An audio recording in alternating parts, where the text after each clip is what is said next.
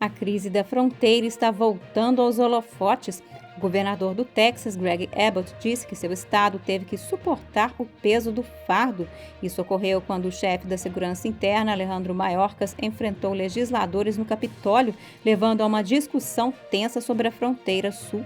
Um confronto está se aproximando no Capitólio, enquanto os democratas atribuem um limite de dívida ao projeto de lei para evitar a paralisação do governo. Isso levanta questões sobre o aumento do teto da dívida e uma cópia impressa da primeira edição oficial extremamente rara da Constituição dos Estados Unidos está sendo leiloada. O valor é estimado entre 15 e 20 milhões de dólares e ela é considerada mais rara do que a Declaração da Independência. Confira todos esses assuntos hoje no Diante dos Fatos.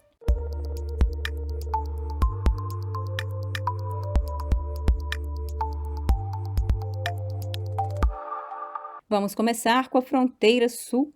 Milhares de imigrantes continuam tentando entrar ilegalmente no país e estão colocando uma pressão sobre os recursos. O presidente Biden prometeu ajudar a controlar a crise da fronteira. Ele disse a um repórter 2 vezes: "Vamos colocar tudo sob controle." Seus comentários foram feitos depois que ele fez um discurso na Assembleia Geral da ONU na manhã de terça-feira, mas alguns dizem que não é suficiente. O governador do Texas, Greg Abbott, disse que seu estado está tendo que suportar o peso disso. Well, because the Biden administration is doing nothing to secure our border, because the Biden administration has been promoting and allowing open border policies, it has been the state of Texas that had to step up and address this challenge and work with the local mayor, the local county judge, and the local sheriff. Ele continuou dizendo que aqueles que conseguirem atravessar ilegalmente serão presos. The state of Texas, we are arresting and jailing anybody who comes across the border illegally and trespasses on private property or on public land. And so it's not the Biden administration catch and release policy. It's the arrest and jail policy, sending a message to these folks and anybody thinking about coming here. A área de Del Rio, no Texas, tornou-se o epicentro da crise de fronteira no governo Biden. Os milhares de imigrantes ilegais reunidos ali são um símbolo visual de 1,2 milhões de pessoas que foram apreendidas na fronteira este ano.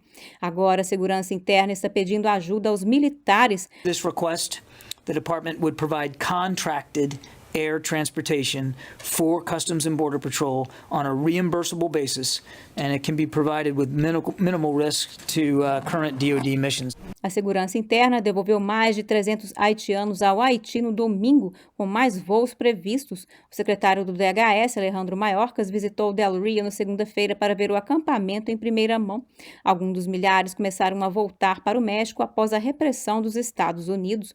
E a secretária de imprensa da Casa Branca, Jen Psaki, defendeu o governo Biden na segunda-feira com relação à política de não exigir que os imigrantes ilegais apresentem prova de vacinação ou testes de Covid-19 negativos. As individuals come across the border they are both assessed for whether they have any symptoms. If they have symptoms, the intention is for them to be quarantined. That is our process. Na segunda-feira, a Casa Branca disse que os visitantes estrangeiros precisarão apresentar provas de vacinação ou um teste negativo antes de embarcar em um voo para os Estados Unidos, mas isso não se aplica a viagens terrestres do Canadá ou do México. O presidente Biden está presidindo o que está prestes a ser a pior crise de fronteira da história dos Estados Unidos em termos de números. E com dados ao longo da fronteira sul, encontraram taxas de positividade de Covid-19 de até 40% em imigrantes ilegais. E o tópico da crise na fronteira levou a uma discussão acalorada no Capitólio, quando o secretário de Segurança Nacional, Alejandro Mayorkas, enfrentou legisladores sobre a segurança na fronteira. O congressista republicano Ron Johnson pressionou Mayorkas perguntando: Do you honestly believe that our borders are closed? Senator, I do. Of the 1.3 million people that we've apprehended, how many people have been returned? How many people are being detained? And how many people have been dispersed? And I want some numbers here. Senator, I would be pleased to provide you with that data. I want them now. Why don't you have that information now? Senator, I do not have that data. Why not? For me. Why don't you have that basic information? Milhares de imigrantes, muitos deles haitianos, se reuniram em um local temporário sob a ponte internacional da Rio, no Texas, e o líder da maioria no Senado, Chuck Schumer, diz estar desapontado com a decisão do parlamentar do Senado sobre a imigração. Ele decidiu que os democratas não podem usar seu pacote de 3,5 trilhões para dar a milhões de imigrantes a chance de se tornarem cidadãos. Immigration reform has been one of the most important causes of my time in the Senate. I will not stop fighting to achieve it. Schumer disse que os democratas do Senado prepararam propostas alternativas. E agora, voltando às vacinas, pesquisadores da Califórnia estão investigando maneiras de inserir a tecnologia da vacina de mRNA usadas nas injeções da Pfizer e da Moderna em plantas comestíveis. Segundo o Daily Mail, os cloroplastos da planta serão usados para transportar o mRNA e uma pessoa pode tomar a vacina por via oral comendo a planta. Se a pesquisa for bem sucedida, as plantas permitirão que as vacinas sejam distribuídas mais facilmente em longas distâncias e poderão chegar mais facilmente em nações de baixa renda. O pesquisador-chefe Juan Pablo Geraldo disse que as plantas poderão ter um grande impacto na vida das pessoas. E voltando ao Capitólio, um confronto está se aproximando após os democratas terem dito na segunda-feira que vão anexar a suspensão do limite da dívida a um projeto de lei de financiamento do governo. O teto da dívida é um limite para empréstimos federais. Aumentá-lo permite que o governo evite firmá-lo como um padrão. Ele foi introduzido durante a Primeira Guerra Mundial para que o Congresso não tivesse que aprovar todas as emissões de títulos pelo Departamento do Tesouro, como havia feito anteriormente. O teto da dívida foi suspenso dezenas de vezes ao longo dos anos, incluindo 3 vezes durante a administração Trump. A secretária do Tesouro, Janet Yellen, disse que se a União Europeia considerar esta dívida um padrão, isso poderá levar a turbulências financeiras, incluindo um aumento nas taxas de juros e uma queda nos preços das ações. Até agora, os republicanos disseram repetidamente que não vão votar para aumentar o limite da dívida. Since Democrats decided to go it alone, they will not get Senate Republicans' help with raising the debt limit. I've explained this clearly and consistently for over 2 months. Democrats decided to govern alone. Their unified democratic government must put basic governing duties ahead of partisan wish lists. If they don't, the consequences for our country would be catastrophic. Mas a legislação de gastos é uma medida que deve ser aprovada. Portanto, se os republicanos votarem contra a suspensão do teto da dívida, eles também votarão contra o financiamento governamental crítico. Isso levaria ao fechamento do governo. O financiamento do governo deve expirar em 30 de setembro. E para esclarecer, o teto da dívida não envolve novos gastos. Eles são pacotes como a proposta de gastos de 3,5 trilhões que os democratas estão tentando aprovar.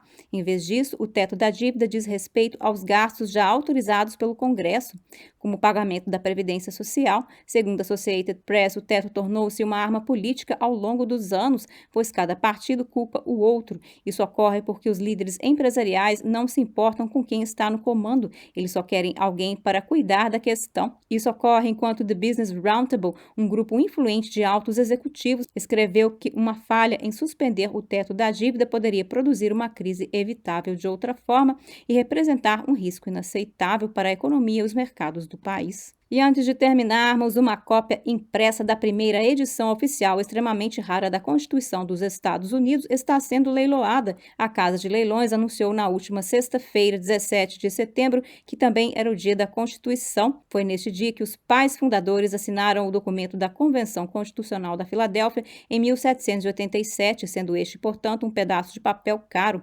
O valor é estimado em 15 e 20 milhões de dólares. It's the official printing, the first printing of the final text of the United States Constitution, done probably on the evening of the 16th of September, 1787, only for the use of the delegates to the Continental Convention and for the use of the Congress of the United States. So, very small edition. Of that small edition, only 11 copies survive. This is the only one that is not in a permanent institutional collection. Essa cópia possui 6 páginas. Ela foi vendida pela última vez por $160 mil em 1988. O incorporador imobiliário de Nova York, conhecido como S. Howard Goldman, a comprou.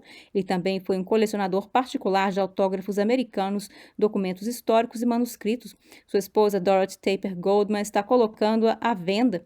Todos os lucros irão para a fundação de caridade estabelecida em seu nome.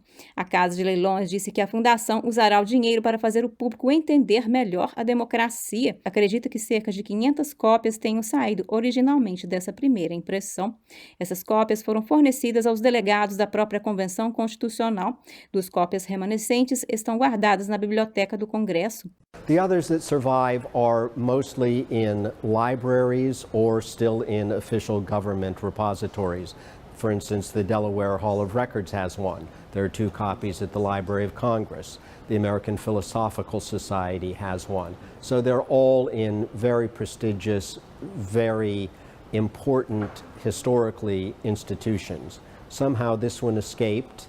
It was printed for private use. It's still in private ownership, and I'm very excited to see who the next owner might be. A Sotheby disse que a primeira impressão da Constituição é ainda mais rara do que a primeira edição da Declaração da Independência de 1776. First printings of the Declaration of Independence are actually much more common than the Constitution.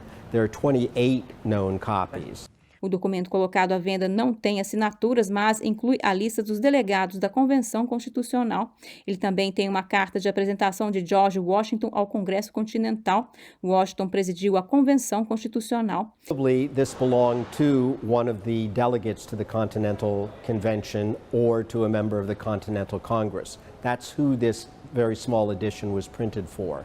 It seems to never have left the Philadelphia area. And it was consigned to us in 1988. A primeira impressão constitucional contém apenas os 7 artigos originais. Eles não incluem a Declaração de Direitos, que consiste nas primeiras 10 emendas e foi adicionada à Constituição em 1791. A Sotheby também possui outros documentos históricos e coleções da era colonial. The other documents here on display, and there are many more, sort of illustrate the foment of the period that led rise to American independence and Confederation and finally the Constitution. So we have British parliamentary acts that the colonists found intolerable and rebelled against. We have the charter that preceded the U.S. Constitution, the so-called Articles of Convention, which proved to be inefficient. A Constituição foi ratificada pelos estados em 1788 e entrou em vigor no ano seguinte. Desde então, foi alterada 27 vezes. The Constitution has been in effect for 234 years. It's the longest lasting charter of this form in world history. It's as relevant today as it was in 1787. People didn't know if they wanted this Constitution. There were vivid debates about whether it should be ratified or not, and those debates continue today. I think we shouldn't lose sight of is that all sides of the political spectrum still come back to the Constitution, try to make their points from it, try to support their points based on it. It's the foundational document that's going to last, I think, long beyond the current political atmosphere. A Sotheby disse que essa cópia seria oferecida para licitação em um evento de vendas noturno em Nova York. O evento será em novembro, mas a data ainda não foi anunciada. Esta será a primeira vez que um manuscrito ou documento histórico será apresentado para leilão junto com grandes obras de arte. Por hoje é só no Diante dos Fatos. Obrigada por assistir e até a próxima.